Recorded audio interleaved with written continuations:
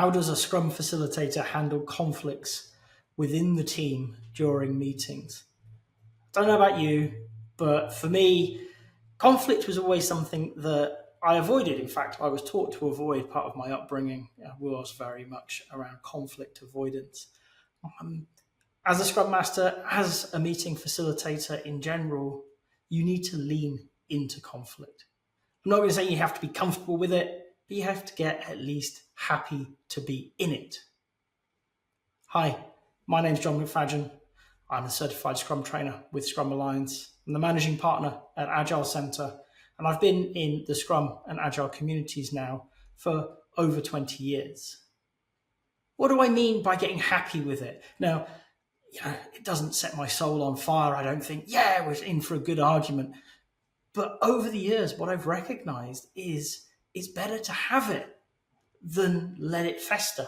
And this is true across the board.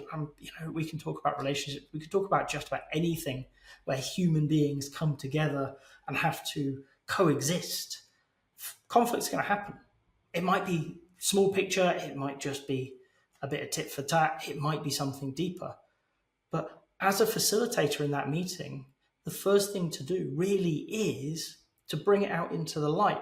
Find a way to safely surface the conflict. Because until you've done that, there is nothing to do. I've had it in the past where people have made veiled references to a conflict, or they're trying to subtly hint at a problem. I'm not the guy who's going to pick that up. Tell me. Okay? And I found most teams appreciate it when somebody says, okay, there's clearly a disagreement here. Okay, let's hear both sides of the argument. Okay? And let's, as a team, discuss the pros and cons, and we can come up with a way forwards. And that is actually very often all we need to do.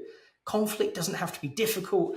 It can be a bit scary. I know that. I certainly get apprehensive when I think this meeting is going to be one of those meetings. It's going to go horribly wrong. But you know what?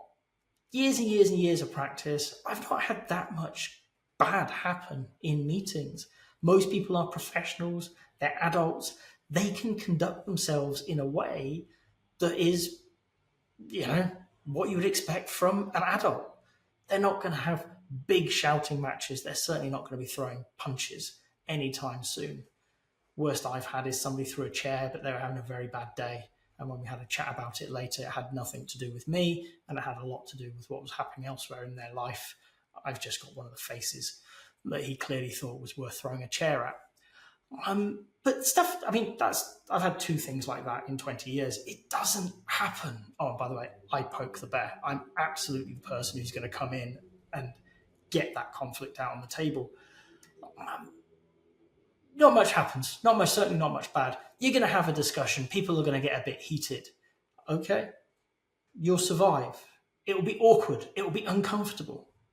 But at the end of it, make sure as a team, you wrap up. You have a conversation about what's happened in whatever conflict has happened and how you as a team can learn from it and move forwards. Okay? Surfacing the conflict can be as easy as asking the right question at the right time or the wrong question at the right time. Okay? And it's really valuable to get something out on the table. Right? If it's going to be a bigger conflict, if people are more entrenched, we might have to bring in full-blown conflict management strategies. We might have to start thinking about how do we get people to safely express their position, maybe in the presence of, maybe not, of the other party. So that they can see objectively the difference. We can try and strip away the personal nature of conflict, because lots of times it's not I dislike your idea, it's I dislike you or how you've presented it or whatever, and things are getting mixed up, right? Or, as does happen, I actually like the idea, but you've said it in a way that doesn't make sense to me, and I've got frustrated, and that's going to come out. So in meetings, as a facilitator, please don't shy away from conflict. If you recognize it on the horizon, if you've got this undercurrent bubbling through, try and surface it. Be respectful, be polite, always be considerate of people's feelings, their emotions, what they're going through, but bring it up, because if you allow it to fester, if you allow that undercurrent to stay there, it will continue to fester and it is going to come to light. Maybe in a meeting, maybe out working with the team, but at some point, all of these things do come to the surface. And you've got a choice. You can have it in an environment where you have some control of it, an ability to manage the situation, or it can happen in the middle of the working day when nobody expects it and just that last straw breaks the camel's back. So, as a facilitator, take a proactive approach. If conflict does appear naturally, lean into it. Help the team work out a way forwards. Maybe it's a place for compromise, maybe it's a place for hearing each party and creating a way forwards. Right? Whatever's right in the moment is good enough, and use it as an opportunity to learn. It is not an obstacle that can't be overcome. It's an obstacle that you will overcome as a team, and you need to learn from it.